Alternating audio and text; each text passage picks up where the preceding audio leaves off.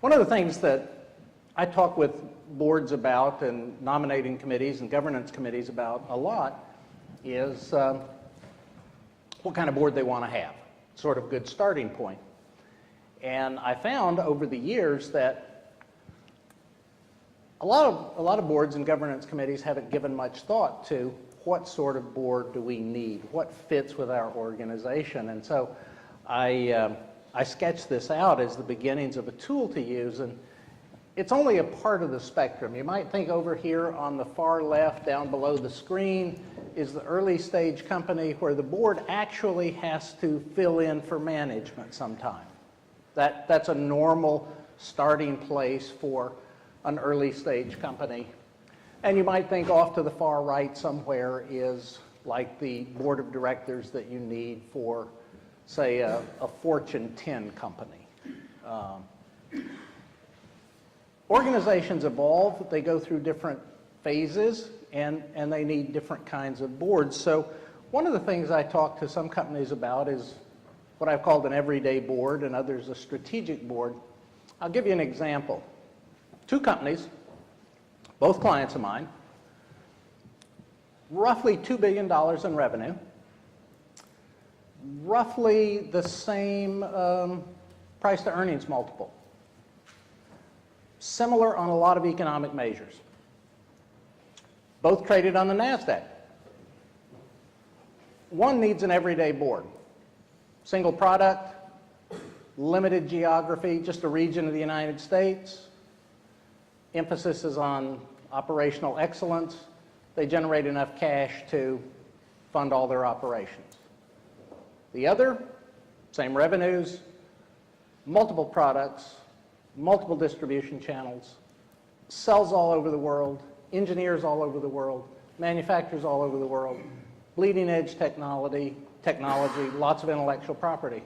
They need a different kind of board, even though they're both similarly sized public companies. So what do we say about an everyday board that I think fits well for lots and lots of companies? If they have these characteristics. And one of the important ones is a mature management, very capable management, very experienced management, something that's a little different from the early stage company. In the middle, what I call the effective board meets the needs of a lot more enterprises. Hundreds of companies would be, I think, well served by an effective board. They have a more complex regulatory environment. They have a more complex set of skills on the board. And it's moving towards being a strategic board. But it is still primarily an oversight, regulatory, doing all the right things, best practices orientation. And then you have the strategic board, where you have lots of complexity, like the company I mentioned a moment ago, with multiple markets, multiple technologies, multiple regulatory environments. And they need a board that has an even greater diversity of skills, an even greater diversity of knowledge and capabilities. So how do we go about figuring it out? I came up with another tool that I found to be a good thought starter. You can look at it in a number of ways. This example uses the board committees from a major financial institution. And I would say that the arrangement is completely arbitrary and just designed for illustration. But it asks the board to look at what does your strategy say you need from the board in terms of enterprise risk? How can the board help with enterprise risk? And how does the board stack up today in terms of what your strategy says you need in terms of enterprise risk knowledge on the board? And then we talk about how you can close the gap. Now, often when I show up, it's because they've already decided that the way to close the gap is to recruit a director that has X, Y, and Z.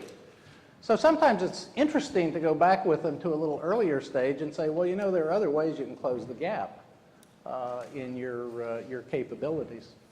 But this is a way of helping a board think through what they need in terms of expertise to fit their strategy. Now, that's always, in my view, the easy part. What do we need? What knowledge, skills, abilities do we need? Often the thinking hasn't gone much further than that. I believe that a lot of board performance, the ability of the board to make a really solid contribution, depends on what happens inside the boardroom, what the boardroom dynamics are like. It's clear that everybody's smart. Like we say in poker, it's table stakes. You can't play if you don't have that. But we give less thought many times to what characteristics, what capabilities do we need on the board so that those discussions, that interaction with management is really productive. And that's why we've defined these 4 basic, what we call emerging characteristics, people who are integrative, influential, impactful, and diplomatic. And Donna's going to